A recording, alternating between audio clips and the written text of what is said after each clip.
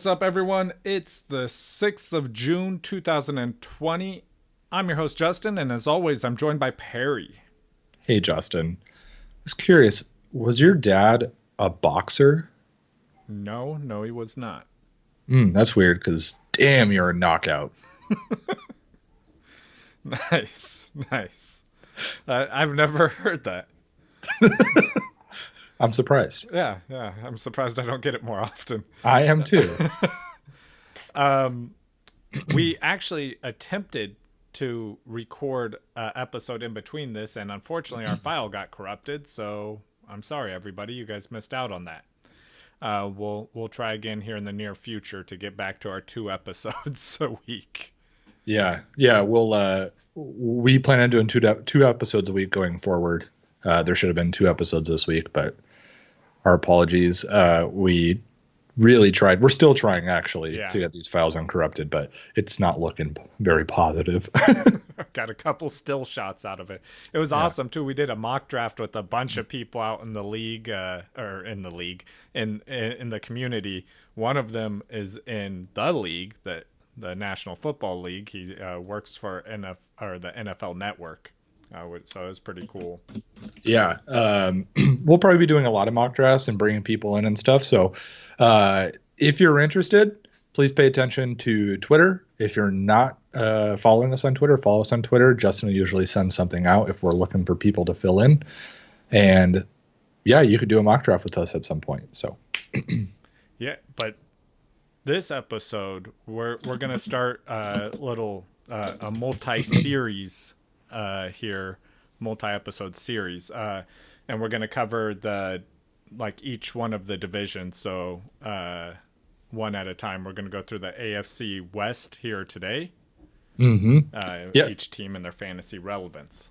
Yeah, exactly. We'll be covering a lot of their fantasy relevance, some possible fantasy relevance, kind of sleeper territory. Like Justin said, we'll start with the AFC West today, and we'll do the NFC West next week.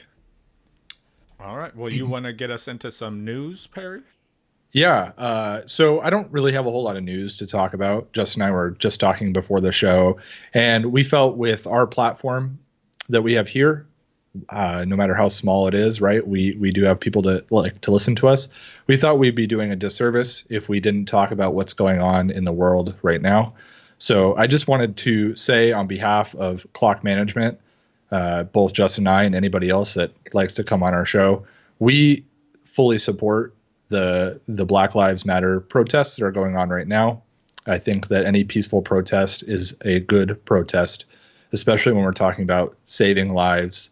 The terrible thing that happened to George Floyd does not sit easy with either of us. And we just want everybody to know that Black lives do matter, and we fully believe that. And we just want everybody to stay safe out there, and please keep fighting for change peacefully. We support you 100%. Yeah. It's been crazy time out there. And obviously the NFL news has taken a huge backseat to real life out there. So not too much of that going around. But we're going to try and stay on topic here for us with football as well. I do have some news no one cares about, so a little bit of a lighter note here. Let's do that. Yeah, but before I get to that, make sure you guys subscribe to us on YouTube. You can also find us on Spotify, Stitcher, Apple Podcasts, Google Podcasts, and now iHeartRadio. One of the newest platforms we're on, so make sure you check us out there. Follow us on that as well. Thanks for getting us on there, Justin. Yeah, my pleasure. Hopefully get us on a few more in the next few weeks. Right on. But All right. Let's get us into some news no one cares about, Perry. Please take me for a ride. Yeah, so perfect segue, Perry, because James Conner surprised his dad with a brand new truck yesterday. Oh my. Yeah, and I thought I would start with some positive news, especially about James Conner, because I'm going to be talking very badly about him a lot this preseason. And I just want you guys to know I don't hate him as a person. He's a great person, obviously. He's no TJ Yeldon. Yeah. But his ADP makes me have to hate him and talk badly about him. But yeah, so I start out on a good note. Continuing, I guess, on a good note, Luke Kuechly is returning to the Panthers as a scout. Oh, that's cool. Yeah, I think that's great for them. Good to see him returning to the NFL in some form. I was kind of surprised to hear about his early retirement, to be honest with you. Yeah, and then I'm just glad he maintained a good relationship with the organization and everything through it. Yeah, totally. Luke, he was an incredible player. Yeah. He was one of those guys that you hated to play against. When your team was playing, it's like, God, can like somebody please block that guy? And no, they could not was the answer. No. The Jaguars quarterback, not their starting quarterback, Josh Dobbs, said SpaceX teamwork reminded him of a football team. Okay. I don't know how that made any sense to him in his head, but he said it. He's just trying to make a comment about space and us going back, man. Yeah, it inspired him, I guess. Good for him. It was pretty cool. Yeah. Did you watch the launch? Yeah, I love SpaceX and Elon Musk companies. It's the launch was really cool to watch. Yeah. I gotta say, that was awesome. And the last piece of news no one cares about: tragedy has struck. Rob Gronkowski lost his WWE 24/7 belt while attempting to make a TikTok video in his backyard. I'm gonna need a little more information. I watched the video. He's out there with his buddy trying to make a TikTok video. His buddy's filming it for him, and his buddy had set him up. He had on a ref shirt under his shirt. Obviously, he tore his shirt off, so he had a ref shirt on. And then the fake gardener, who was gardening with the wrong end of the rake, comes running over. Turns out it's another WWE wrestler, and rolls Gronk up and pins him. Tragic. Dude, that's the saddest thing that I've ever heard happen to Gronk. That's terrible. Send your condolences, please. The saddest part for me, though, about this was I was really hoping this would happen on the sideline during like a preseason game. Oh my gosh, that would have been so good. Because he has to defend the belt at all times. So is that what the 24/7 belt? I don't follow this at all. Yeah. You could literally lose it at any point. Yeah, as long as they bring a ref with them, they can pin you anywhere. That's actually amazing. Yeah. That's really funny. That's all the news no one cares about. We could do a whole podcast about that. I know. We may have. There's going to be a spinoff at some point. I'm about to fall into a YouTube rabbit hole after we do this episode. I'll send you the links. Yes, please do. I've already gone down this hole. So like Justin alluded to earlier in the show, we're going to be talking about the divisions, the fantasy relevance within the divisions. We're starting with the AFC West. No particular reason. It's just the first one that came to my mind because the Denver Broncos play there, and I think I like them a little bit. So I'll let Justin start first. I'll start with the Denver Broncos. I had them second on my list, but I'm scrolling down to them. All right, so the Denver Broncos, they don't have any fantasy relevance, guys. We can move on. No, just kidding. Okay, so I got it done by position. So we got Drew Lock there. I'm starting with the quarterback because it's the leader of the team. Drew Lock, I think, is set to have explode from where he was last year. They've added a bunch of offensive weapons to that team. Obviously, they're trying to build around him to make this explosion happen for him. I think his current ADP is around QB 16. I have him a lot closer to the 10 mark. I think he's going to be flirting with that. I want to say around. I think I have him at 11 currently. I'll be putting out my rankings here shortly. I think we both will.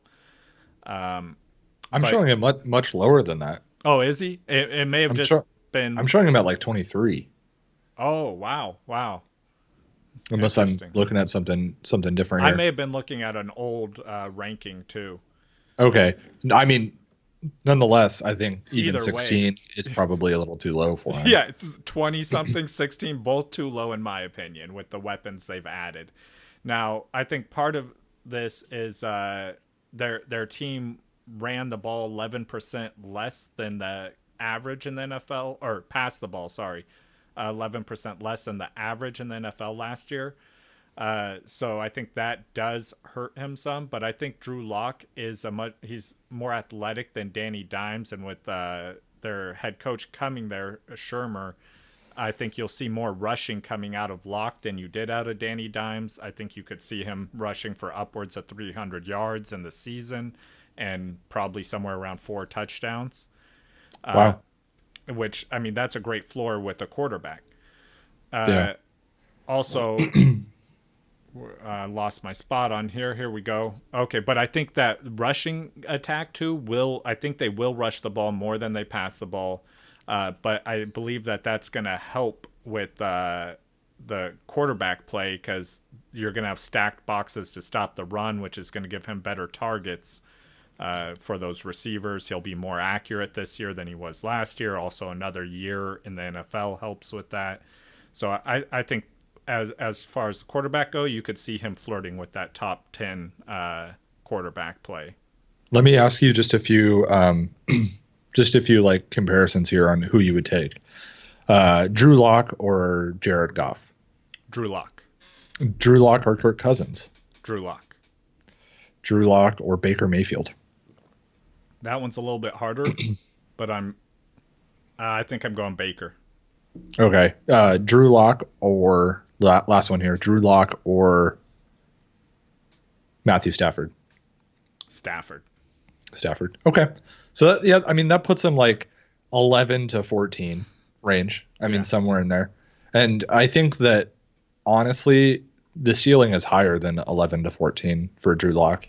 But I also fully recognize there's a lot of risk with Drew Lock, who we haven't seen a lot of. He won a lot of games, but he wasn't super fantasy relevant for those games. But I think Pat Shurmur coming in, that's a really good point. And I didn't even think about the rushing possibility. But I mean, it's literally like the cheat code to fantasy football is rushing quarterbacks. So Yeah. Ask all right. Lamar Jackson. All right, next I'm gonna get into their running backs because obviously they had a running back change here. They brought in Melvin Gordon. They still have Philip Lindsay and Freeman there.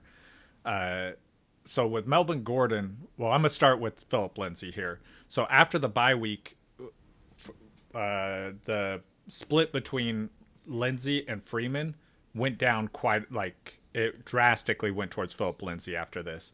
After their bye week, Freeman went from 10.3 carries per game to 5.6 and 3.2 targets per game in the passing game to 2.3. And so this to me shows that they're not trying to be a running back by committee, which a lot of people fear with Melvin Gordon. So this isn't so much talking about Philip Lindsay as what they did last year and what I think you could project with Melvin Gordon going forward. Melvin Gordon had an atrocious 3.2 yards per carry last year, which is horrible. Now, that being said, I know you're on board with me at this. Yards per carry do not matter. Don't look at those. But he's getting hurt in his ADP due to that number, along with a few others. I think that's a lot more telling of the offensive line than it is of Melvin Gordon because we know what he can bring to the team and how versatile he can be. I think when he gets there, you're going to see a lot closer to about a 65-30 split between Melvin Gordon and Lindsay with a sprinkle and a Freeman there. So I think he will be that like kind of a bell cow back with a slight split. Yeah, I agree. I think I think that Devontae Freeman, or not Devontae Freeman. Wrong Freeman. Yeah, I think Freeman is definitely kind of off the table for most fantasy leagues. I know there's some deeper leagues where he'll find a roster spot, but he won't be starting. Yeah. But yeah, I think the a lot of people are kind of subscribing to the idea that there's going to be a 50-50 split here because Philip Lindsay's been pretty effective. I don't really subscribe to that. I do think they brought Melvin Gordon in to be the lead back. And I think it's going to be closer to like what we had in Cleveland at the end of second half of the season, where Nick Chubb was the guy, but Kareem Hunt got some good work in there. And I Yeah. think that's kind of going to be more similar what we have here in Denver this season, where Melvin Gordon will be the guy. He'll get most of the touches. Philip Lindsay will come in as that third down guy, sort of like a change of pace running back, and he'll be effective for sure, and he'll be started in actually some leagues, but Melvin Gordon's a guy you want to own in this backfield. Yeah. And then this is where it gets a little bit more convoluted for me. The wide receivers. So there's two notable wide receivers in Denver now. You have Jerry Judy and Cortland Sutton. Mhm. Both these guys, I love both of them. They're both athletes that are just amazing at what they do. Now Jerry Judy in college dominated in the slot position, so I think he's gonna slip into that role here in Denver, and Pat Shermer likes to run 11 personnel formations or sets. So I think he's going to slide him in there and run Jerry Judy there, which I think he's going to produce a lot. It's going to take him a little bit to kind of get to that NFL level to see that production out of him. You usually see that in wide receivers, but he's a great route runner, which is fantastic.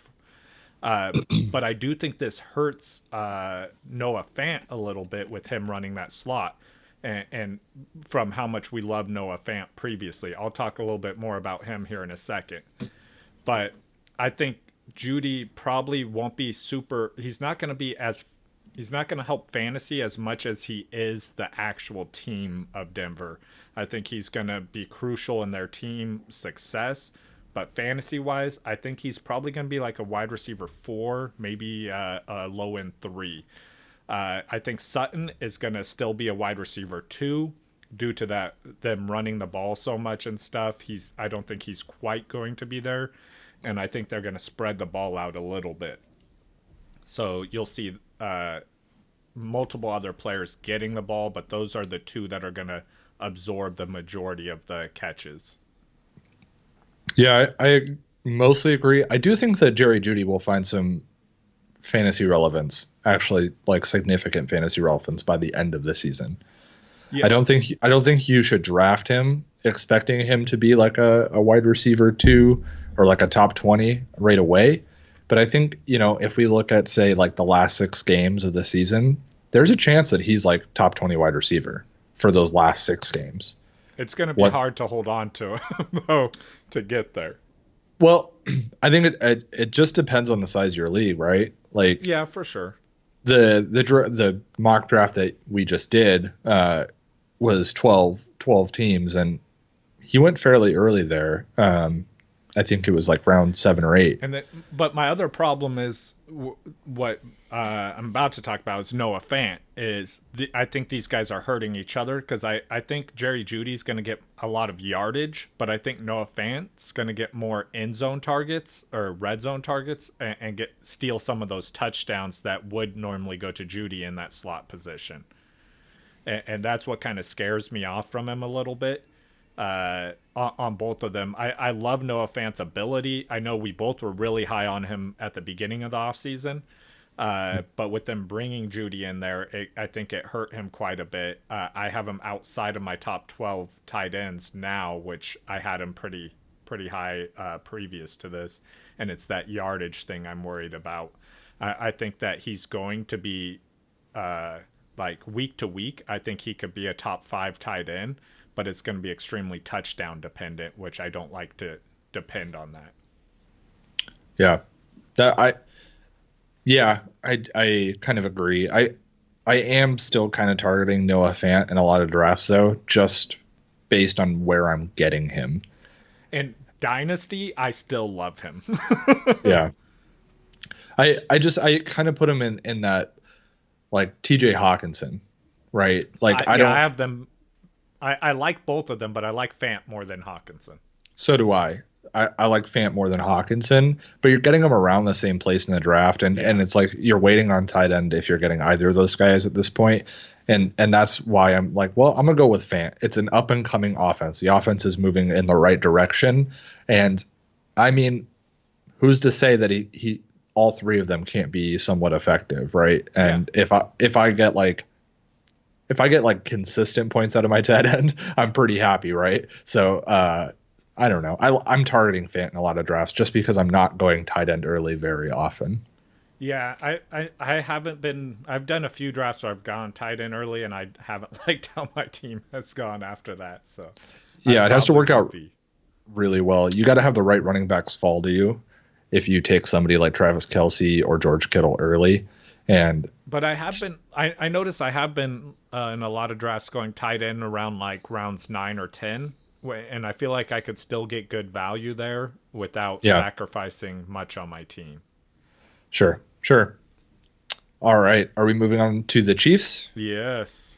All right, let's talk about the Chiefs. Uh, so first thing I want to talk about with the Chiefs is Pat Mahomes. Patrick Mahomes right now is the number two quarterback in a lot of drafts, and I really don't agree Neither do with I. that ranking. He is the number one quarterback in the NFL and in fantasy for me right now. I understand that Lamar Jackson had a historic season in 2019. I understand that he runs the ball better than anybody we've ever seen in the NFL, possibly. And I understand that he has shown that he has an incredible arm. But I think Pat Mahomes would be the number one fantasy quarterback right now had he not gotten hurt halfway through the season. I think that's what really held him down. Coming off a Super Bowl victory, you could argue that his offense has only gotten stronger in the offseason with drafting Clyde Edwards-Helaire, who I'll talk about in just a moment. And the nice thing about Pat Mahomes, if we're going to talk about value, is he's falling in some drafts to the late fourth round or even very early fifth. And if I were I would. pick, I mean, I'm completely against drafting quarterback early, yeah, but I'm taking that every yeah, time. yes, if I'm on the turn the fourth round, I'll take Pat Mahomes if he's there in the fourth round or late fourth, early fifth. Pat Mahomes will not go past me at that point. And I'm with Justin. Justin, unfortunately for you guys, you don't see a different perspective because him and I both fully subscribe to taking quarterbacks late. But in this situation, if I get Pat Mahomes in the fifth round, I am very, very happy. Um, that being said, there are going to be lots of drafts where he goes in the third round, or there's going to be lots of drafts where it goes Lamar Jackson in the second, and then late second, Pat Mahomes goes because Lamar Jackson went. So don't reach for him, but if he falls to you in that late fourth round, he's an instant draft, in my opinion. Especially because you could have three starting running backs at that point and then grab Pat Mahomes instead of a wide receiver. So Clyde Edwards-Helaire, I'll be completely honest. I wasn't super high on him right when they drafted him. It was like, oh, great, another Kansas City running back to go out there and perform really well some weeks, not perform at all other weeks, not even get to touch the ball sometimes. I've been doing a lot more research into Clyde Edwards-Helaire. I firmly do believe that he is not the best running back in the draft, but he landed in probably the best situation. Damian Williams, I don't think is going to be so much of a factor here. That being said, I think he will be a little bit of a factor. He will touch the ball.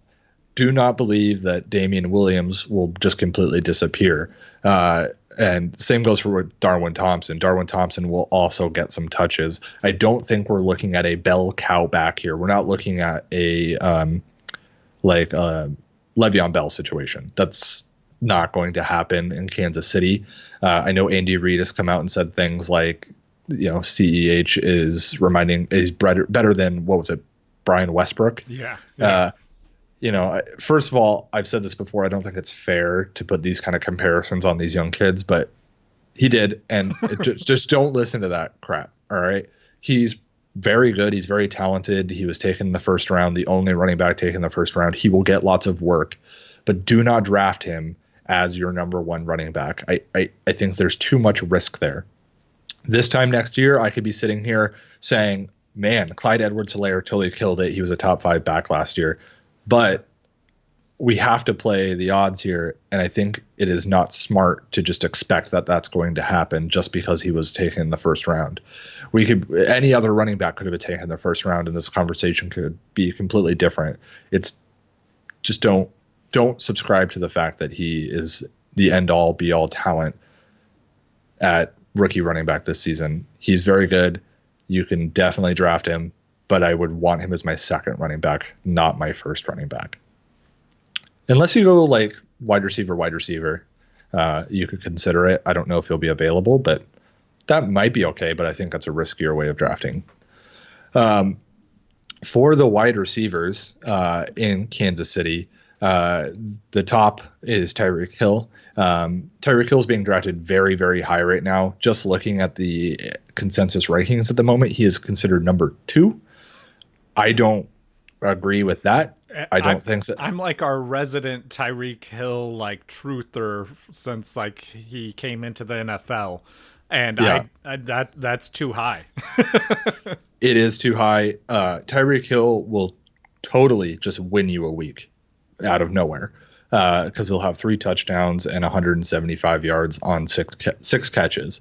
He'll do that. I guarantee you that we'll see a similar stat line. He's gotten me 3 touchdowns on 2 catches somehow. It's crazy. He threw it and caught it. I do think that people like Devontae Adams, Julio Jones, DeAndre Hopkins, and maybe even Chris Godwin will be ahead of Tyreek Hill come the end of the season when it comes to points per game, which really is what matters. Total points at the end of the season, it's great. It's a starting point if you're just trying to like figure out where people fall fantasy ranking wise, but it's points per game that we really care about.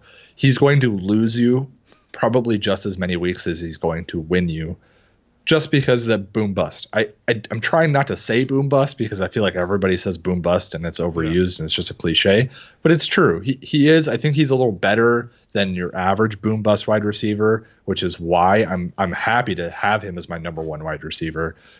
He's just not going to be as consistent as Julio Jones. He's not going to be as consistent as DeAndre Hopkins or Chris Godwin. It's just, I don't think it's going to happen. Devontae Adams for sure. Devontae Adams had such a down year for touchdowns last season, so it's going to get better for him. And I would have Devontae ahead of Tyreek Hill. But Tyreek Hill is going to be still amazing. He has an amazing quarterback who we just talked about in Patrick Mahomes.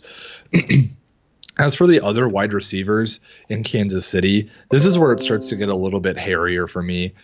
Sammy Watkins is going to be staying there. I actually didn't expect him to stay. And Mecole Hardman is making a sophomore stand. And I think that Mecole Hardman has a chance to pass up Sammy Watkins as the number 2 wide receiver in Kansas City this season, especially on points per game. Yeah, especially on points per game. We just talked about that with Tyreek Hill. Sammy Watkins, I said it on this show after week 1 last season when Sammy Watkins went out and had 3 touchdowns, had a huge stat line. Everybody he was a number 1 waiver pickup by everybody. I didn't even put a waiver claim in for him. Didn't want him, was not interested. I told everybody else to avoid him. He was literally a ghost for the rest of the season. I remember saying this before the season even started that Sammy Watkins does this. And I remember after week 1, someone like talking to me like, but Sammy Watkins just killed it. Did you see that? And I'm like, yeah. And he's not going to do that again for the rest of the season. Right. I think, if somebody wanted to take Sammy Watkins with their last pick, their last roster spot, and hope that he does that again in week 1 or 2 and then flip him in some great trade, great. Like, go ahead and do that. If that's the strategy you want to go, it could work out great for you. It could also just be a wasted roster spot, but it's your last pick or so, and that's fine with me. I don't think he'll fall that far, to be honest with you, but I would avoid him. Mecole Hardman, now this is somebody that I would rather take a chance on as like my 4th wide receiver on my roster. Mecole Hardman here could really emerge. He's a young wide receiver working with Pat Mahomes, a young quarterback. These guys are going to grow together. They're going to they're going to establish a much stronger connection, I guess. Him and Tyreek Hill already work well together, but there needs to be another established wide receiver on that roster, and I do believe that it will be Mecole Hardman. Fast, very, very fast. He could basically, I imagine their game plan being either Tyreek goes deep or Mecole goes deep, and the other one cuts under, and one of them will be open. And I think that if I were going to take a chance on another wide receiver, if I were going to draft one on this team, it would be Mecole Hardman every time over Sammy Watkins. I just imagine like when they're coming up with the game plans, just like the scene from Talladega Nights with Ricky Bobby, just Yeah, where he's like, I want to go fast. I want to go fast. That's really funny. And just to touch on Travis Kelce, if there was a tight end I was going to take early, if I was going to do tight end early, it would be Travis Kelce. And I mean, no disrespect to George Kittle. The tiebreaker is Pat Mahomes. That's it for me. Like, I think that George Kittle's very, very talented. He reminds me of a lot of Gronk. Maybe that's has to do a little bit with his personality, but he reminds me a lot of Gronkowski. But Travis Kelce has Pat Mahomes throwing him the ball. And I think that if you're going to try and find a tiebreaker, that's the one to pay attention to. Man, something I've noticed with the elite tight or the top tight ends, which I mean, kind of sidetracked here, but is all the like top tight ends, at least in my rankings, all share a very similar thing that there is no number 2 wide receiver on that team, really. Like here, it's kind of like, does Mecole take that step forward? Maybe, he does, maybe he doesn't, but he hasn't yet. And Kelsey's been feasting. You got the same thing with Kittle, Waller, all these like top end tight ends. Yeah. Yep. And Kelce, maybe I should have brought him up before I talked about Mecole, but yes, I do think that the biggest person standing in Mecole's way isn't Sammy Watkins. It's Travis Kelce. Like physically the biggest, or both. Both. But honestly, if you want to go tight end early, if that's the route you want to take, which I will admit it is a legitimate it's a legitimate strategy. It's beaten us in our league. The Twice. Guy that won the last 2 seasons went tight end early and took 2 of them and flexed a tight end. And it has worked for him. I don't know if it's the best, but it worked for him. And he beat us twice. He beat me in the championship last season. So just if you do that, just make sure that you're very, very well versed in these later round running backs. So that way you can build a strong team despite not having one of those first round running backs. So, okay. Tag, you're it, Justin. Oh, I'm ready. All right. So I'm going to talk about the Chargers here, the Los Angeles Chargers. So they've had some changes. You got Phillip Rivers out. You got Melvin Gordon out. You got Tyrod Taylor in. And then they drafted a rookie running back, Kelly. So I'm going to start with the quarterback position here. So Tyrod Taylor, or T-Mobile, as I like to refer to him as. It's a good one because he likes to run. He's right. Mobile. Very mobile. So I would avoid him in a 1 quarterback league. I think he's probably going to be around more around where Drew Lock's ADP is that I was talking about in that mid to late second quarterback area. And I don't think he finishes the season as their starting quarterback, as they also drafted Justin Herbert. So just keep that in mind. If you are in a 2 quarterback league, I might avoid him altogether just so I don't have to deal with that situation at some point. But I think that his rushing does give him a safe floor, as he is T-Mobile, so he's running the ball. But I just want to make sure you guys are weary of that rookie quarterback breathing down his neck that they want to put in at some point this season. Yeah. I Tyrod Taylor. While I love Tyrod Taylor, and I think that he's been very fantasy relevant throughout his entire starting career, I don't think his life is long there as a Charger, unfortunately. Yeah. I Justin Herbert. Would you draft Justin Herbert in Dynasty? Like how much effort Yes, are I you putting in did. getting him? I did actually in a recent dynasty draft. I took Herbert and I have Tyrod Taylor on my team because I took Tyrod Taylor in this as a startup. We did our startup dynasty draft and we started with existing players and then did the rookie draft after. So I took Tyrod Taylor super late in the draft, and then I traded up in the rookie draft to get Justin Herbert. You know, it was kind of a trick question because you and I did the exact same thing in the team that we That's right. Yes, co-manage yes. in a dynasty rookie draft this season. We took Tyrod Taylor and we took Justin Herbert, and we needed quarterback help, and I expect one of these guys to be good. I expect one of them to use the weapons that he's surrounded with because there are weapons on that team. Yeah, and I do think Herbert will in Dynasty will be a great pickup. I think he's going to be a pretty good quarterback in the NFL. Yeah, I do. He looks NFL or close to NFL ready. Yeah. More so than some of his classmates for sure. Um, so now I'm going to get into the running back. So we got Austin Eckler there as the primary running back. They did draft Joshua Kelly, obviously a rookie, and you have Justin Jackson there as well.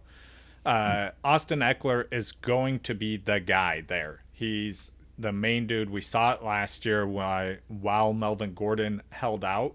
Then Melvin Gordon came back, and he was still a beast. So no concern there. I'm not worried about Kelly taking Austin Eckler's job from him. Austin Eckler has great pass catching ability too. He's a stud in PPR. T-Mobile loves to check down his passes, which I think is super beneficial to Austin Eckler. And he's a great runner with great vision as well on the field. So I think they're going to lean super heavy on Eckler to carry this team this season.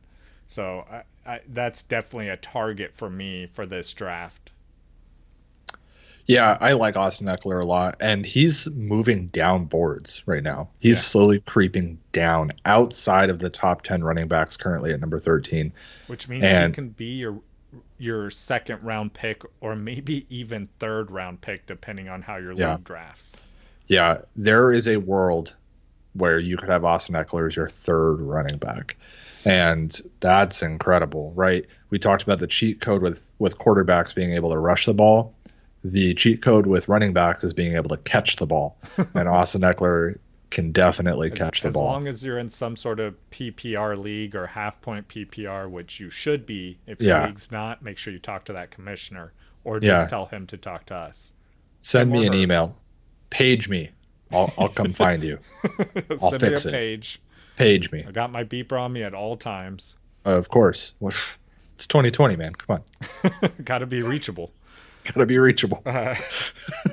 I do think Kelly, you need him later, much, much later towards the back of the draft as a solid handcuff because I think if Mhm. Eckler does go down, that's Kelly's job. Justin Jackson is a great running back, but he's a pass catching running back. He's not a well rounded running back. So you're going to see him only in pass catching roles and on special teams. That's Yeah, where he's going to do his work. I think he's going to get a lot of special teams work. Unfortunately for him, Austin Eckler is an established pass catcher too, like I just said, and it just doesn't leave a lot of work or a lot of room for Justin Jackson to get out there. But Yeah. maybe this is the year he'll get a bunch of work, but I doubt it. No, he's not. All right, the wide receivers there. So you have Keenan Allen. Yeah, Yeah. that's it. You have Keenan Allen. So Keenan Allen's going to be just fine. He's 27 years old, which was I always imagine him being older. I don't know why. He's just seems like a mature wide receiver. I did have Keenan Allen as one of my not what's the opposite of risers? Well, we had risers Fallers. and fallers. I had Keenan Allen as one of my fallers, and um, just to be clear, it has no. I don't expect Keenan Allen to be bad. I just Yeah. don't expect Keenan Allen to be as good as he was. Yeah, yeah. When I say he's going to be just fine, I mean like he's going to be impacted probably the least out of the entire wide receiver core here. I think their whole wide receiver core is hurt by Philip Rivers leaving, but I think Keenan Allen is still going to remain relevant and the top pass catcher there, uh, and will be hurt the least out of it because Philip Rivers did have an off season last season. So I think as T-Mobile, I do believe is a lesser quarterback than Philip Rivers. With Philip Rivers having a bad year, it's not going to be a huge net loss for Keenan Allen. So he will remain relevant in my opinion. And then, uh, yeah, I was terrified when Philip Rivers first left for Keenan Allen as well. Uh, Yeah, and then as I look closer, I still, I think he's going to be on the verge, like bottom, probably top end wide receiver two is where I have him, or wide receiver two realm. So like between wide receiver 13 and probably 15. So if you go running back early, this is a guy that you might be able to grab as a wide receiver if you go running back, running back, running back. If he yeah, falls that far, which I think he might. yeah. I definitely think he'll be falling pretty far in a lot of drafts. Yeah. And then Williams is their other wide receiver there. He's had 1,001 yard receiving with 2 touchdowns, equaling 112 fantasy points in his entire career. Uh, I was that's like, where's he going with this? that's not good. He's like the definition of a boomer bust player, as you're talking about. Like there will be one game where he gets all of these fantasy points, and then he will vanish for the rest of the year. So, uh, the I think that this is like horrible for like him to have Philip Rivers leaving T-Mobile is checking the passes down more often when he's that deep threat on the team. Yeah, he'll have a big day, maybe two. His season will be amazing if he has 3 big days, Yeah. basically. And Like that. Yeah, last year he had the most targets he saw in his entire like in his career with 90, and you're going to see that plummet this year with the shorter passes I expect on that team.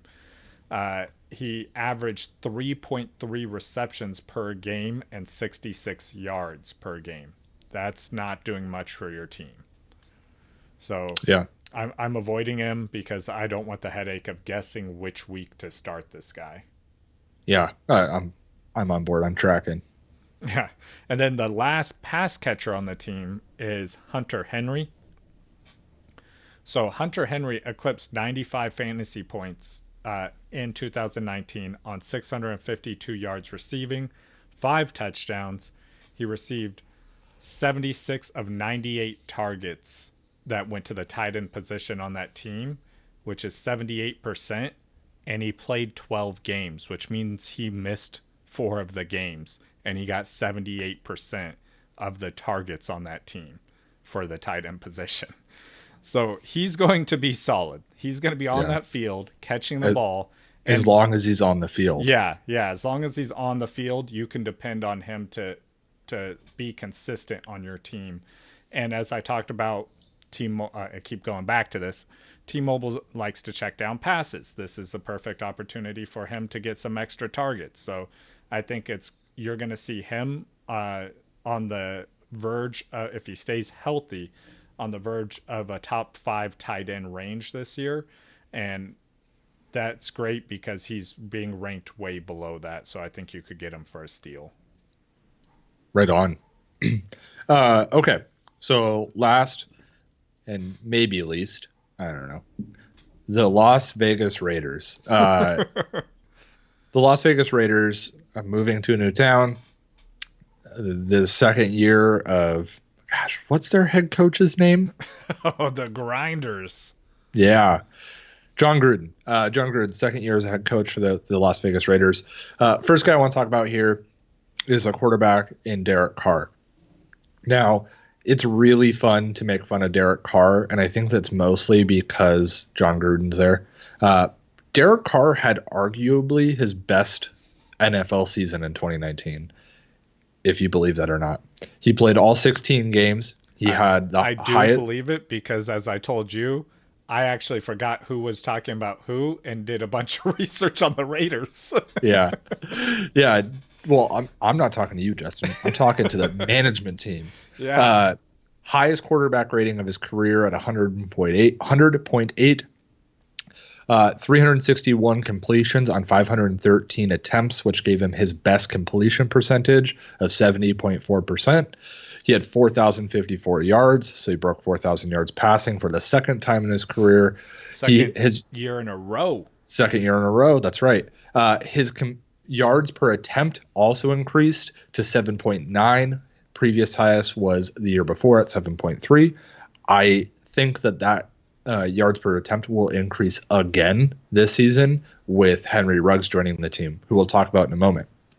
21 touchdowns. That number's a little low, to be completely honest with you. I expect it to be a little higher, but I think the offense was pretty anemic last season, and this is part of the reason why. On only 8 interceptions, really good. That's actually a pretty good ratio. And then he was only sacked 29 times last season, whereas the season previous, it was 51 times. So Derek Carr, for me, is a really sneaky second quarterback. Yes. In 2 quarterback leagues, super flex leagues, I would be really happy to have Derek Carr as my second quarterback. I don't subscribe to the idea that Marcus Mariota is going to take his starting position at all. I was going to ask you about that. I don't subscribe to it whatsoever. If Derek Carr plays the exact same as he did last season, there would be zero reason to sit him. Now, if they lose a bunch of games again, maybe, but I don't think Marcus Mariota walks in and starts winning them a bunch of games. I know that Marcus Mariota showed flashes early in his career of being a really good quarterback. I still think Derek Carr is better. Yeah, still the only quarterback that I know of that threw a touchdown pass to himself. So, like I said, Derek Carr, 2 quarterback leagues, super flex leagues, really good pickup. And I do think you can stream him week to week too if you're streaming quarterbacks. Yeah, if you go out there and you take like the Baker Mayfield risk, which I am a proponent of. I think the Baker Mayfield might be a fun risk this season, but we could end up getting this exact same thing that we did in 2019 with Baker Mayfield, and you'll just start streaming, right? Derek Carr against any like bottom half defense is a pretty good bet. That you're going to get like 275 and 2 out of him, right? It could be better than that. It could be 303 yards, to be honest with you. I wouldn't be surprised. And that brings me to the next guy I want to talk about, which is Henry Ruggs. Currently, rookie wide receiver Henry Ruggs, who I guess I need to report is apparently doing just fine after helping his friend move, and he got some really bad cut or like puncture wound. I don't know. I'm trying to think how that could happen. And there's not a lot of information out there. They're trying to keep his privacy. I respect that. Apparently he's fine. I'm not going to worry about it. I know, but the one thing I will say is I'm having flashbacks to Antonio Brown. I know, right? No, it's fine. It'll be fine. Henry Ruggs was the first wide receiver taken in the 2020 NFL draft. Not my first pick, right? If it were me drafting for the Raiders, it would not have been Henry Ruggs III. But there are a lot of people that do fully subscribe to Henry Ruggs being right where he was supposed to be when he was drafted. Very fast guy, also a very good route runner in Henry Ruggs. I do believe that Henry Ruggs will be fantasy relevant this season. He's also the 58th ranked wide receiver currently consensus rankings, which is kind of crazy to me. People ahead of him are Deshaun Jackson, Sammy Watkins, Curtis Samuel. We got Alshon Jeffrey ahead of him, Golden Tate ahead of him. I don't know if I'm willing to take any of those guys ahead of Henry Ruggs. I'm not. No, definitely not, because Henry Ruggs, unlike any of those guys, is probably the number one wide receiver on his team for a Definitely. quarterback who has thrown over 4,000 yards 2 years in a row. Exactly. I would take Henry Ruggs ahead of all those guys. Henry Ruggs is like if I would be very happy as my fourth wide receiver, or even as my third if I went running back heavy.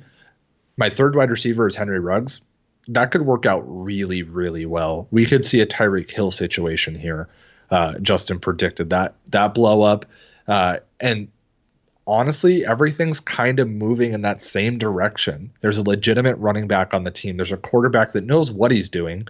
I'm not going to put him in the same league as Patrick Mahomes, but Derek Carr can get the ball out there. He had effective years and games with Amari Cooper. Henry Ruggs could be at least as good as Amari Cooper in fantasy. And I understand Amari Cooper isn't the best in fantasy, but he also wasn't ranked the 58th wide receiver when you were drafting him. So other wide receivers on that team, Hunter Renfrow. Hunter Renfrow currently 63rd ranked wide receiver.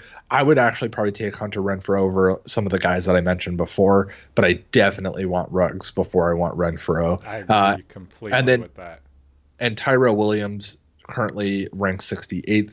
I'm not going to touch Tyrell Williams. I'm not going to take the third wide receiver on an offense that I expect to be around middle of the pack when it comes to total offense. The third wide receiver on any team around there is pretty much irrelevant. What about Nelson Aguilar? Who?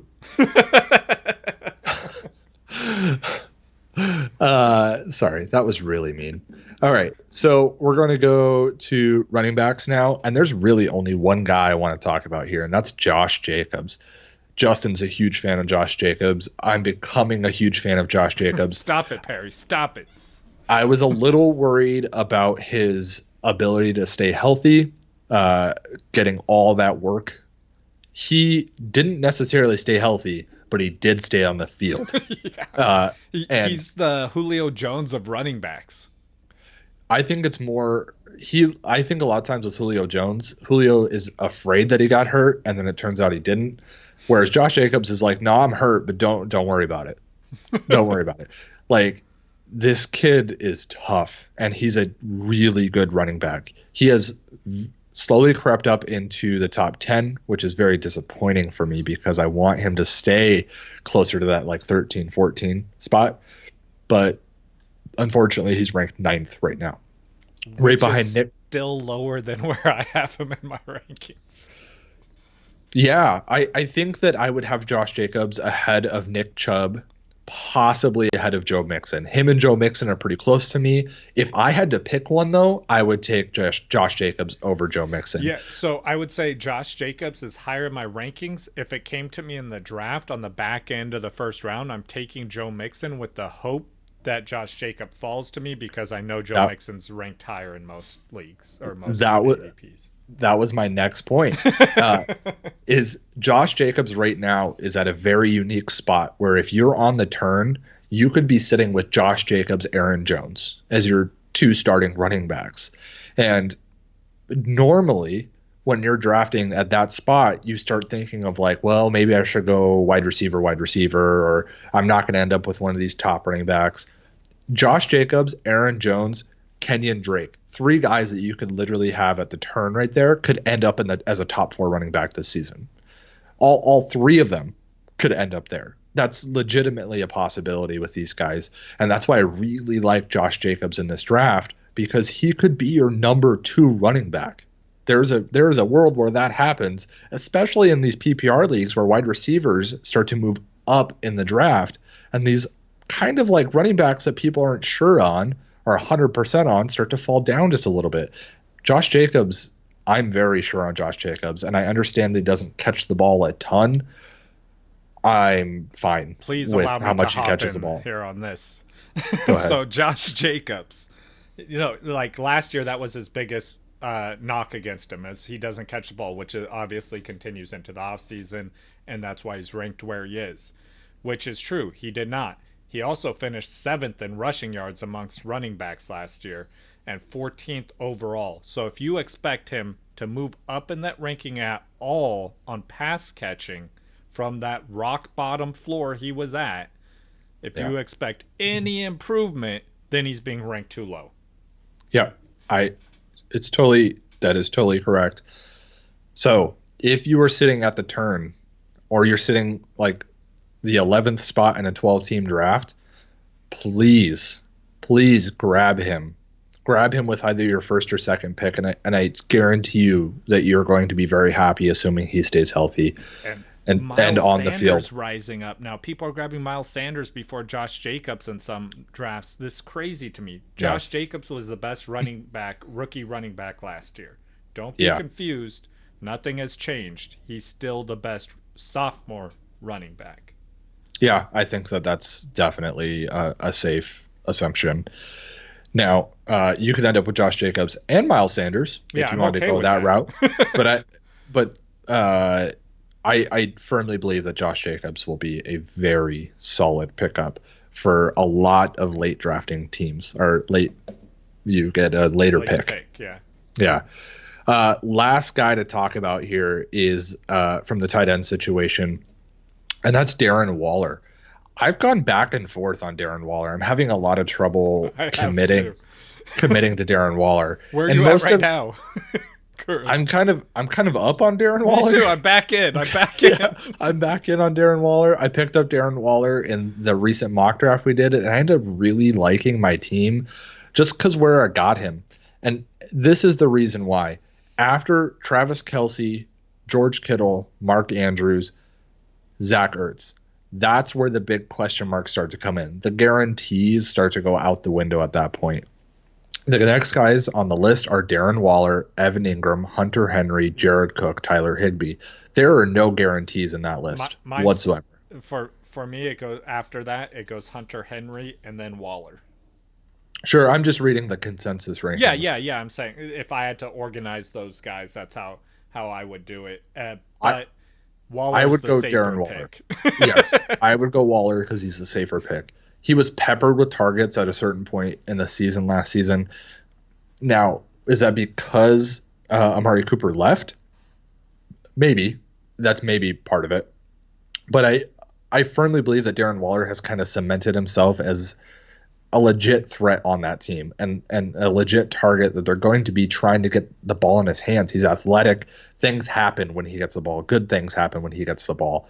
And I think that he will actually be the number 2 wide receiver on that team, or the number 2 receiver on that team from the tight end position. Very similar to Travis Kelce and Tyreek Hill, but on a smaller scale, of course.